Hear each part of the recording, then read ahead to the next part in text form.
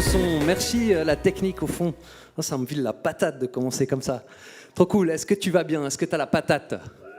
Yes, trop bien. Ça me fait plaisir d'être avec toi ce soir. Et oui, comme on l'a dit, on parle... Est-ce que je suis dans la lumière ou pas? Parce qu'on avait un petit problème une fois. Ok, c'est bon. Ouais, c'est notre prochain thème du Next Step.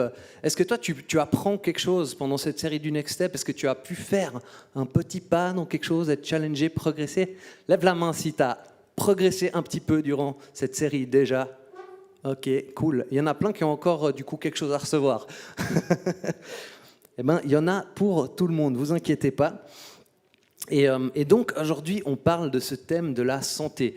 La santé, c'est un domaine qui a un peu des facettes différentes, mais il y en a une qui est un peu évidente, c'est qu'on a une responsabilité par rapport à notre propre santé. Il y a cette question de l'entretien de notre être, et puis de qu'est-ce qu'on fait de tout ça. Mais en même temps, il y a aussi une autre facette de la santé, c'est une dimension qui parfois nous dépasse complètement. C'est des circonstances, c'est des choses qui nous arrivent qu'on n'a pas choisies, et puis pour lesquelles on n'y est pas pour grand-chose.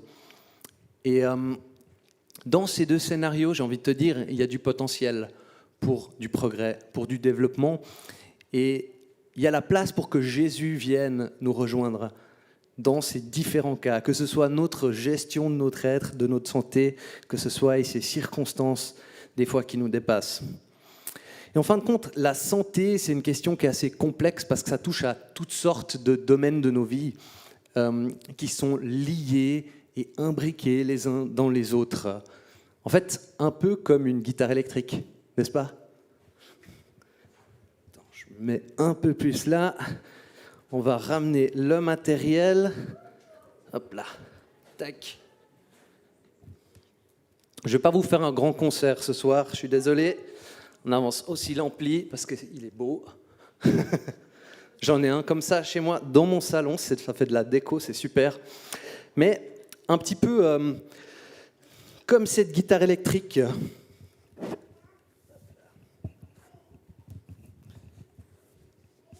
Si toi, tu as envie d'être en bonne santé, c'est un peu comme pour que cette guitare électrique, elle fasse un joli son, en fait. Il y a plein de paramètres et de petits réglages et de choses qui rentrent en compte. Alors ça, c'est mon petit... c'est pas un coup de pub, hein, mais c'est un coup de cœur, en tout cas. Ma guitare électrique du Fender Custom Shop. Et elle a un bois en frêne, un manche en érable avec une touche en palissandre indien. Et pour qu'elle sonne bien, ils ont choisi des super bois qu'ils ont travaillés, assemblés, bien réglés. Ensuite, il y a les mécaniques d'accordage. Même ce petit machin là, je ne sais plus comment on appelle ce machin, le string trio, ça peut avoir une incidence sur la qualité du son, le sillet, tous ces petits réglages. Le bridge, ça peut être très compliqué à régler, je ne vous dis pas. Et puis on doit accorder avec des cordes, et puis régler l'intonation sur la guitare. Il y en a qui ont déjà entendu parler de l'intonation sur une guitare électrique? Non, ok, je ne vais même pas essayer. Ah, ceux qui sont dans le son, ils connaissent. Mais je ne vais même pas essayer de vous expliquer ça, parce que ça me dépasse un petit peu. Mais tout ça pour dire qu'il y a plein de petits réglages pour que ça sonne bien. Alors, est-ce qu'on va voir si ça sonne bien ou pas? Quand même.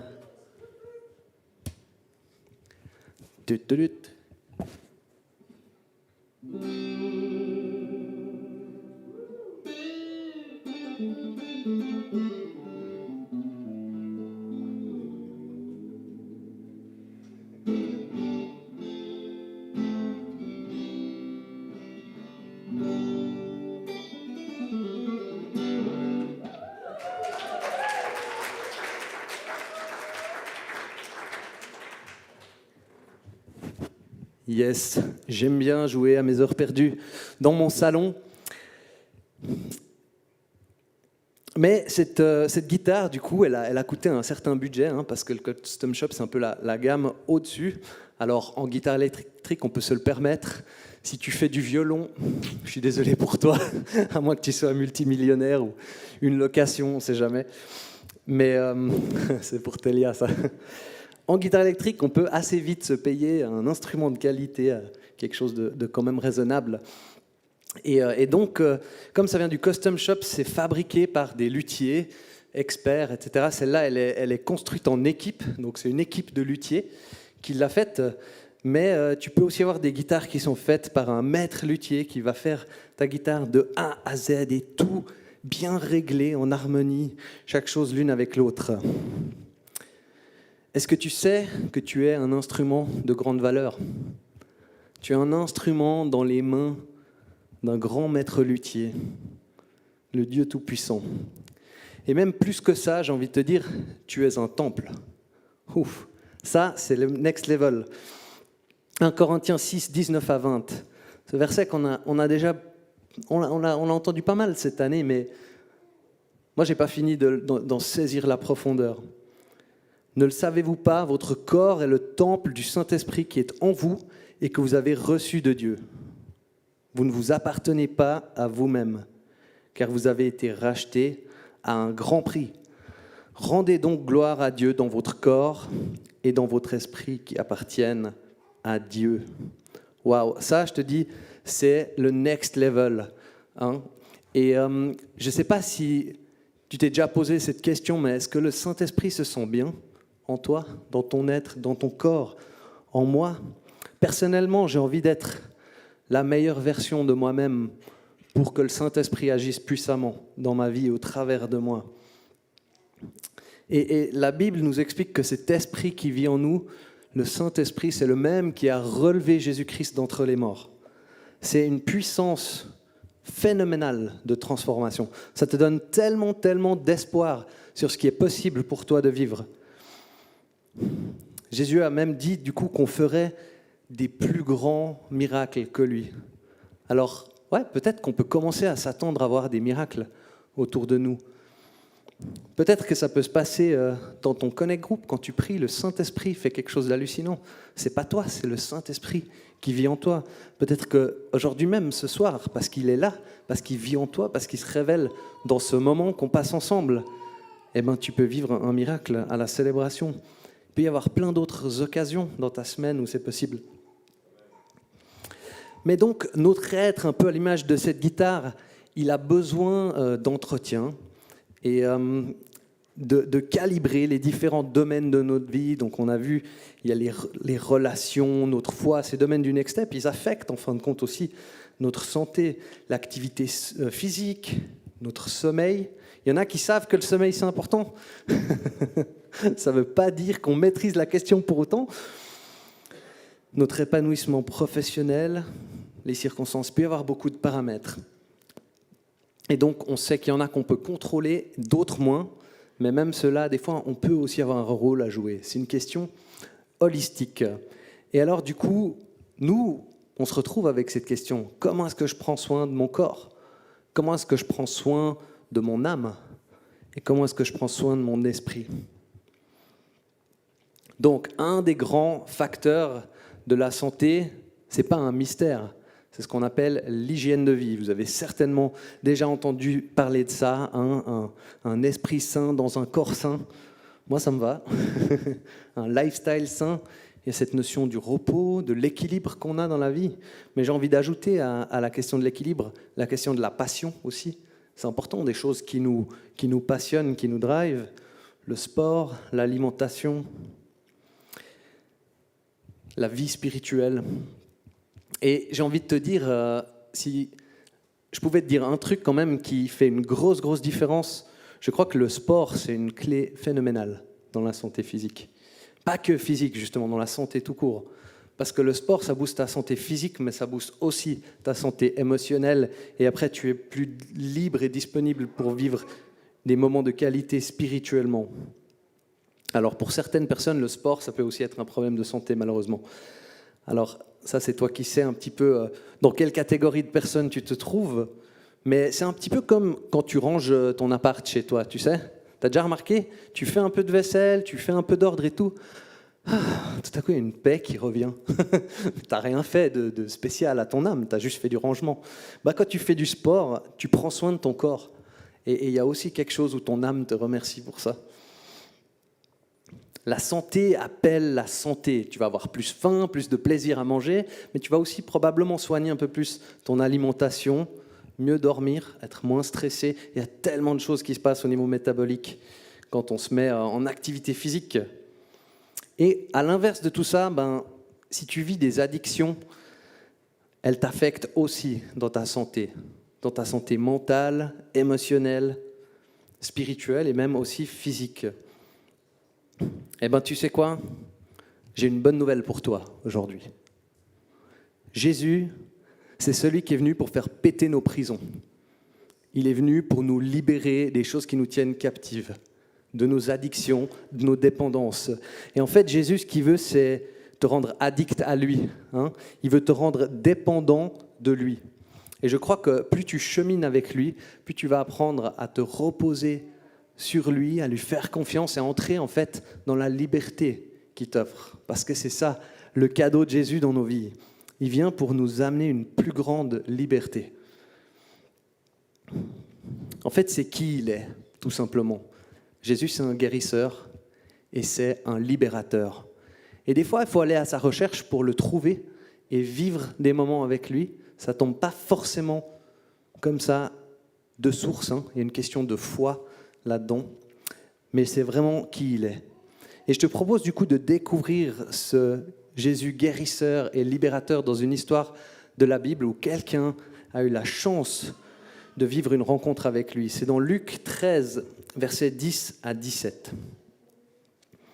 Jésus enseignait dans une des synagogues le jour du sabbat.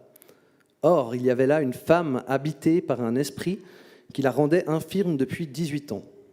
Elle était courbée et ne pouvait pas du tout se redresser. Lorsqu'il la vit, Jésus lui adressa la parole et lui dit « Femme, tu es délivrée de ton infirmité. » Il posa les mains sur elle. Immédiatement, elle se redressa. Il se mit à célébrer la gloire de Dieu. Mais le chef de la synagogue, indigné de ce que Jésus avait fait, une guérison au jour du sabbat, dit à la foule « Il y a 6 jours pour travailler, venez donc vous faire guérir ces jours-là, et non pas le jour du sabbat. » Le Seigneur lui répondit en ces termes « Hypocrite, le jour du sabbat, chacun de vous ne détache-t-il pas son bœuf ou son âne de la mangeoire pour le mener boire ? Et cette femme qui est une fille d'Abraham et que Satan tenait attachée depuis 18 ans, ne fallait-il pas la délivrer de cette chaîne le jour du sabbat ?» Ces paroles remplirent de honte tous ses adversaires et la foule entière se réjouissait de toutes les merveilles qu'il faisait. Waouh! J'aime bien cet exemple, cette histoire de la vie de Jésus, parce que là, on voit que la personne auprès de laquelle il est intervenu, elle portait un double problème. Elle avait un problème de santé, mais on voit que son problème de santé, il était aussi lié à un problème spirituel. Alors, ce n'est pas forcément toujours le cas, cette question-là, mais dans celui-ci, c'était le cas, et sa maladie était liée à un esprit. En plus de ça, ça faisait 18 ans qu'elle traînait ce problème. Non mais tu imagines un petit peu sa vie. 18 ans, courbée comme ça, coincée physiquement et sous l'oppression d'un esprit. Elle avait peut-être déjà tout essayé dans sa vie, même peut-être dans le cadre de la foi. Et c'est intéressant de voir le cœur de Jésus pour cette femme. En fait, Jésus, il n'a pas de peine à venir enfreindre les règles, les codes, par compassion. Pour lui, la liberté qu'il donne à cette femme, c'est quelque chose d'une grande, grande valeur. Tu imagines un petit peu la différence de qualité de vie qu'elle a pu vivre, tout à coup, d'avoir cette guérison de son corps, physiquement, mais aussi cet esprit qui s'est barré. Et là, tout à coup, il y a une paix, une guérison émotionnelle, spirituelle qui a lieu. Elle est changée et transformée. Eh bien, c'est ça que Jésus fait. Il est là ce soir. Il est prêt à enfreindre les codes pour te délivrer. Et s'il y a un truc avec lequel j'ai envie que tu repartes ce soir, c'est de savoir que c'est l'identité de Jésus, que c'est son cœur. Jésus est un guérisseur, un libérateur. C'est qui il est, c'était son ministère, c'est ce qu'il a fait quand il a marché sur la terre. Et c'est encore ce qu'il fait aujourd'hui, maintenant même, dans cette salle, pour toi qui nous suis en ligne. Jésus pardonne, Jésus guérit, Jésus délivre. Jésus restaure une relation avec le Père et il donne la vie éternelle, le salut. Alors, c'est pas une bonne nouvelle tout ça? Peut-être que tu es fatigué, va vers Jésus, va vers lui. C'est lui, ce libérateur. Et c'est peut-être plus facile à dire qu'à faire d'aller vers Jésus. Parce que on a des modes de vie où on est vite envahi par beaucoup de choses dans notre lifestyle. On est débordé, surbooké, surstimulé, occupé. Il y a les réseaux sociaux qui sont en fait un vrai cadeau pour répandre le message de l'Évangile et puis des fois interagir les uns avec les autres. Mais c'est aussi une plaie en même temps. Parce qu'avec nos téléphones portables, l'information est accélérée, puis elle nous dépasse, elle nous submerge. Ouais. Corrie ten Boom, qui est une chrétienne très connue de l'histoire de la Shoah, a dit une fois « Si le diable ne peut pas nous corrompre, il nous gardera bien occupés. » Je crois qu'il y a une grande sagesse là-dedans.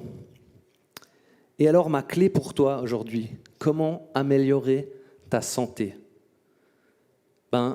J'ai envie de te proposer d'entrer dans le repos divin. Tu trouves ça dans l'Épître aux Hébreux 4, 10 à 11. On lit ceci. En effet, celui qui entre dans le repos de Dieu se repose lui aussi de son activité, tout comme Dieu s'est reposé de la sienne. Empressons-nous donc d'entrer dans ce repos afin que personne ne tombe en donnant le même exemple de désobéissance. Et je suis allé regarder un petit commentaire sur l'évangile.com. Je ne sais pas si tu connais ce site, je te le recommande vraiment. C'est la Bible annotée, tout simplement. Il y a des petits commentaires par verset, différents formats. C'est vraiment super. Et j'ai bien aimé en fait ce qu'il disait sur ce verset. Je voulais partager ça avec toi. Donc voilà le commentaire de l'évangile.com. Quand il est entré dans son repos, dans ce repos de Dieu destiné à l'homme dès la fondation du monde, perdu par le péché, recouvré par la grâce de Dieu dans la rédemption de Jésus-Christ. Chaque croyant célèbre le sabbat parfait, éternel. Il se repose lui aussi de ses œuvres, comme Dieu se repose des siennes, non dans l'oisiveté et l'inaction de la mort, mais dans une activité exempte des stériles agitations de ce monde, calme, puissante, comme celle que Dieu ne cesse d'exercer pour la conservation de son œuvre. Voilà le repos auquel on est appelé.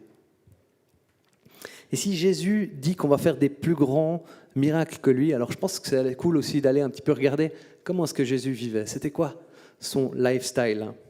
Et pour aujourd'hui, j'ai un mot pour nous, un mot du grec, je crois qu'il est vraiment important dans cette époque en fait, dans laquelle on vit. C'est Eremos. Est-ce que tu as déjà entendu ce mot? Eremos, ça veut dire le lieu sauvage ou le lieu désert, le lieu de solitude, le lieu sans smartphone, le lieu de calme ou le désert. Et on trouve ce mot dans les évangiles à plusieurs endroits. Je te propose de regarder un ou deux versets qui parlent de ça. Il y a Matthieu 4, 1. Puis Jésus fut emmené par l'Esprit dans le désert, Eremos, pour être tenté par le diable. Alors là, le sujet de mon message d'aujourd'hui, ce n'est pas la tentation, mais on le trouve dans ce verset. Marc 6, 31. Jésus leur dit, « Venez à l'écart, dans un endroit désert, Eremos, et reposez-vous un peu. » En effet, il y avait beaucoup de monde qui allait et venait, et ils n'avaient même pas le temps de manger. Marc 6, 32. Ils partirent donc dans une barque pour aller à l'écart dans un endroit désert. Eremos, donc Jésus avec ses disciples. Et encore Marc 1, 35. Vers le matin, alors qu'il faisait encore très sombre, il se leva et sortit pour aller dans un endroit désert où il pria. Pour nous, en 2022, j'ai envie de souligner l'importance d'un lieu calme où on peut trouver Dieu, sans téléphone, sans distraction. Un endroit où on est bien, on peut peut-être entendre la voix de Dieu pendant 2 ou 3 heures et on ne s'ennuie pas parce qu'on est avec Dieu. Si toi, tu as besoin de ce moment de calme, ralentis ta vie, simplifie ta vie à l'essentiel. pour que tu puisses encore entendre la voix de Dieu? Est-ce que tu arrives à entendre sa voix au quotidien? Ou est-ce qu'on est trop envahi par toutes ces choses de la vie? C'est vraiment la base quelque part, qu'on puisse être en mesure d'entendre la voix de Dieu. Et donc, allons faire ça dans l'Érémos. Marc 1,35 nous disait que Jésus est allé prier dans ce lieu. Et tout le petit passage avant Marc 35 nous donne des indications sur une des journées de Jésus, comment il a vécu. C'est intéressant aussi de voir à quoi ressemblait le lifestyle de Jésus. Alors, il s'est levé tôt, ensuite il est allé enseigner dans la synagogue. À midi, il a guéri la belle-mère de Pierre, donc même pendant la pause. Il est resté debout tard pour guérir les malades. Il a chassé des démons et il est encore allé se coucher. Et après, une journée comme ça, une journée où, franchement, il y a le feu, quoi. Il y a des miracles, il y a de l'oppression, du mal qui disparaît, des enseignements, c'est un peu le réveil, quoi. Qu'est-ce qu'il a fait, Jésus? Parce qu'il aurait pu dire, ouais, les gars, c'est maintenant, c'est en train de se passer, il faut capitaliser, donc on y va, on fonce.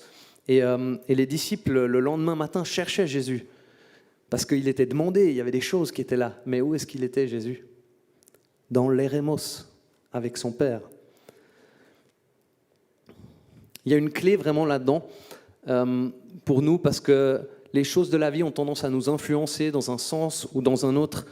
Et c'est dans cet endroit calme avec Dieu qu'on peut garder la tête froide, les bonnes perspectives.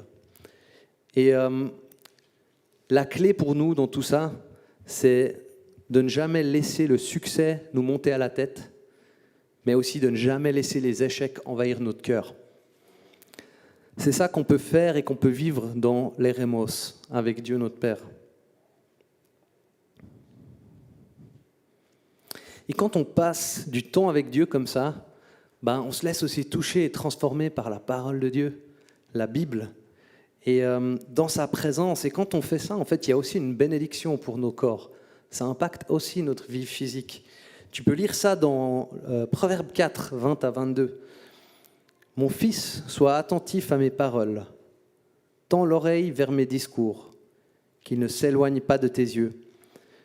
Garde-les au fond de ton cœur, car ils apportent la vie à ceux qui les trouvent, la guérison à tout leur corps. » Et ouais, l'instruction divine d'un père à un fils qu'on trouve dans ce passage nous parle d'obéir les commandements de Dieu.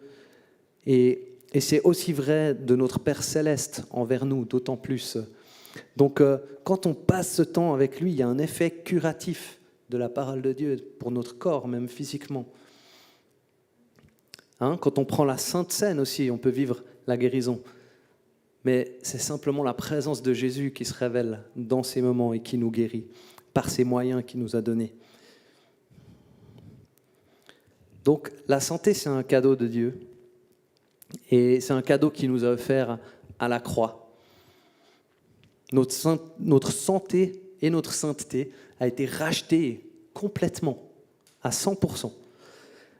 Mais il y a une réalité de cette vérité spirituelle qu'on vit seulement de manière imparfaite sur cette terre. Et un jour, on vivra aussi cette réalité parfaitement dans l'éternité. Alors, je ne sais pas comment toi tu vis cette question, mais peut-être si tu luttes avec peut-être des questions de santé ou autres, j'ai vraiment envie de t'encourager, parce que notre foi, elle est mise dans les promesses de Dieu, pas dans les expériences de la vie. Et c'est par la foi qu'on vit, pas par la vue. Alors j'ai envie de t'encourager aujourd'hui de ne pas te placer comme dans une catégorie où tu ne pourrais plus être touché par cette grâce divine. Peut-être par tes propres paroles ou tes idées.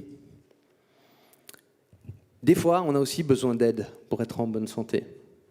On peut avancer avec nos amis dans le cadre d'un Connect Group, par exemple. On peut entreprendre des choses à plusieurs. Des fois, on a besoin aussi d'un médecin ou un psychologue, un coach sportif, un coach de vie ou un leader dans la foi.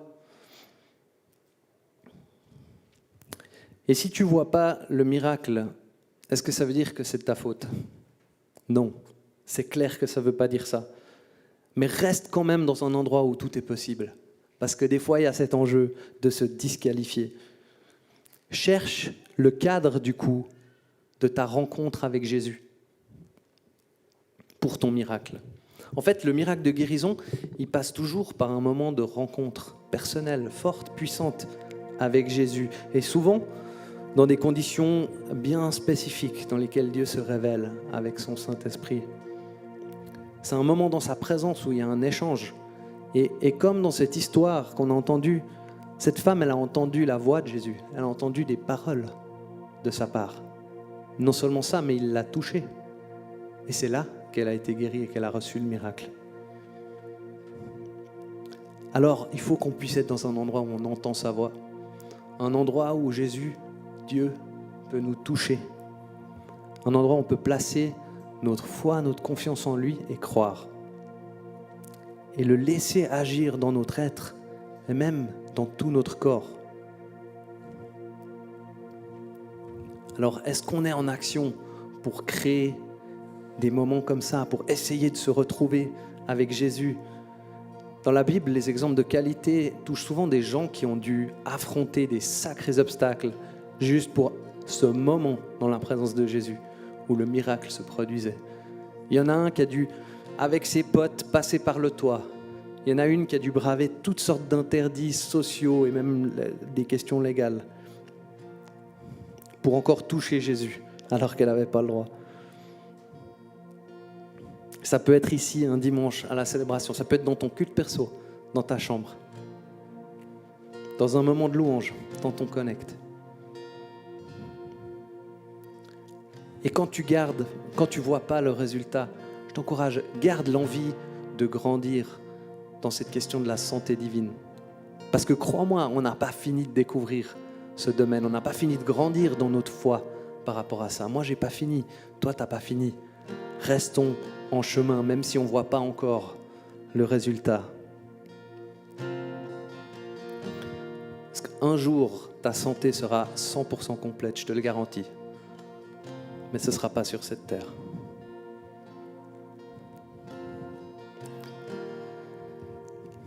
Et pour terminer, j'ai envie de te donner juste un dernier élément de cette perspective dans laquelle on vit dans ce monde où, oui, des fois le corps souffre. Mais en fait, notre corps sur cette terre, ce n'est pas la priorité numéro 1 du royaume de Dieu. Ça en fait partie et c'est important. Et Jésus guérit, Dieu guérit. Mais quand tu es en mission avec Dieu, tu as quand même aussi un autre regard sur ta santé physique. Les apôtres, par exemple, ont sacrifié leur santé pour la cause de l'évangile. Ils ont été torturés. Ils ont aussi vécu des guérisons et des miracles. Ils ont été fatigués. Et beaucoup d'entre eux sont morts. Tu ne peux pas être en moins bonne santé que mort, si jamais. Donc il y a un paradoxe là-dedans. Mais quand ils sont morts, ils sont aussi passés à la vie éternelle. Et la priorité pour nous aujourd'hui, pour toi, pour moi, c'est qu'on a une relation personnelle avec le Dieu vivant. On a une relation éternelle avec le Père. Alors, accroche-toi à ça de tout ton cœur. Tu as un master builder, un maître luthier qui est là aux commandes de ta vie. Et il sait exactement comment prendre soin de ton être tout entier. Il sait tout de toi. Il connaît tous les petits ajustements pour que tu puisses sonner bien.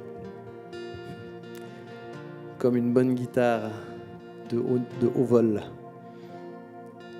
Je te propose du coup qu'on termine avec Jésus, le libérateur, le guérisseur, un petit temps dans sa présence. Détends-toi, oublie peut-être ce qui est autour de toi, tes soucis, tes stress, et tourne ton regard vers lui. Parce qu'il est là dans cette salle, il est vivant. Et là où sa présence se révèle, on ressort différemment, on ressort transformé et touché. Alors je t'invite à un moment d'érémos, tous ensemble, avec Jésus. Tu peux fermer tes yeux et parle-lui. Regarde à lui. Demande-lui de te parler. Laisse-le te toucher. Laisse-le remplir tout ton corps avec son Saint-Esprit, parce que tu es le temple du Saint-Esprit. Au nom de celui qui a tout payé à la croix pour nous rétablir avec le Père, le nom de Jésus-Christ.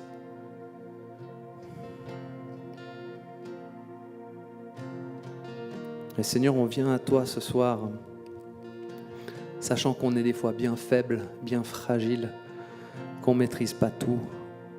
Mais aujourd'hui, on veut déclarer que tu es notre guérisseur, tu es notre sauveur, tu es notre Seigneur. Et toi, tu es celui qui donne la liberté. Et quand toi, tu rends libre, on est vraiment libre.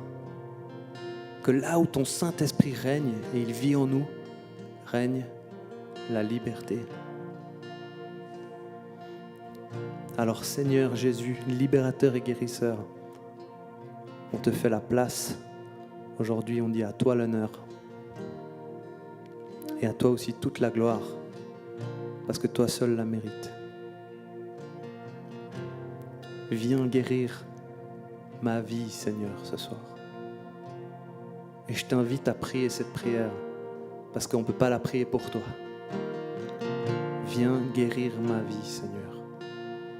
Viens toucher mon être tout entier.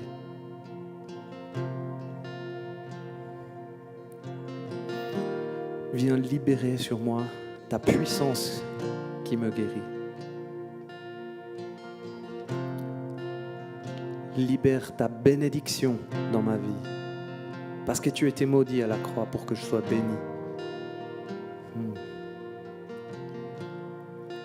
Permets-moi d'entendre la voix du Père qui me parle par le Saint-Esprit.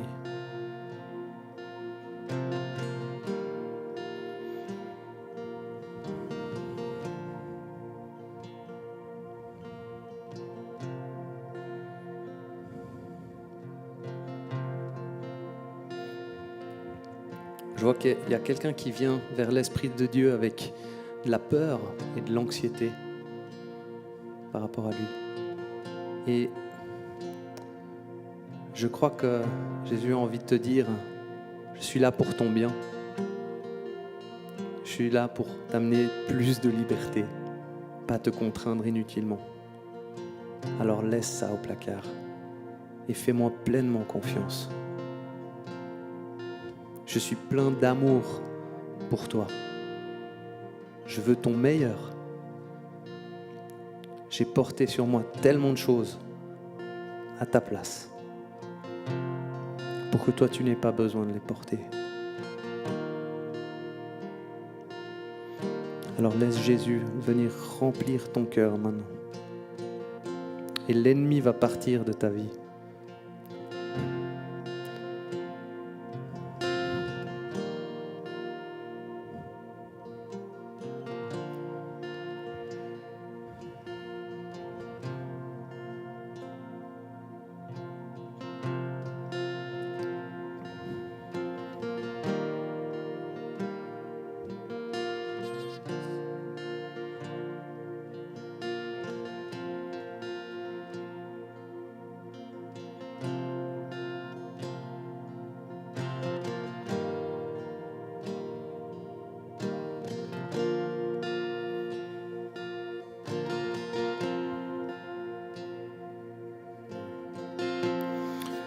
J'ai l'impression que le Saint-Esprit a aussi envie de dire à quelqu'un que Dieu est ta force, Dieu renouvelle ta force, mais le Saint-Esprit se révèle aussi dans ta faiblesse.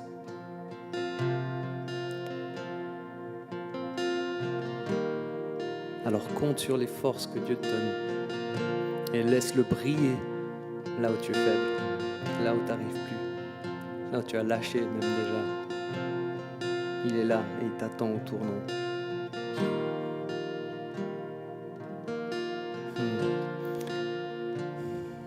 Je crois que Dieu a envie de dire à quelqu'un vraiment, tu peux avoir du fun avec moi. Tu peux avoir du fun dans la foi. Ça peut être cool, on peut vivre une belle aventure merveilleuse ensemble. quelque chose de fou, de passionnant, d'enivrant, comme personne d'autre ne peut t'offrir. Alors lâche prise, lâche ce que tu as entre tes mains, pose tout et suis-moi.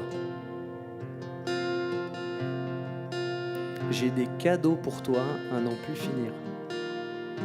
Tu ne t'imagines même pas combien je suis bon.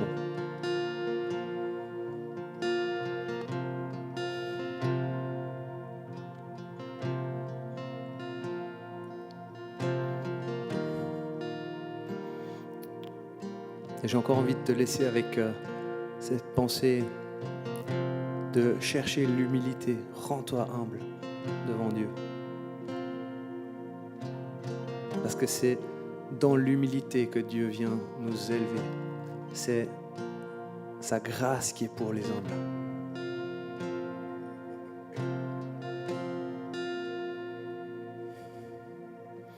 Jésus, merci que tu es là. Ton feu qui est sur nous par ton Saint-Esprit dans cette salle.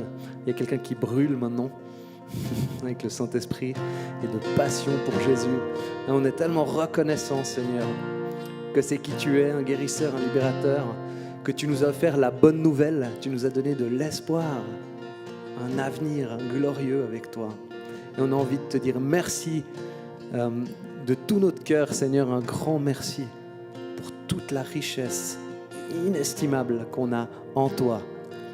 Déverse toutes ces choses en nous, aide-nous à les recevoir et les comprendre encore plus chaque jour. Et c'est en ton nom puissant, Jésus, qu'on prie. Amen.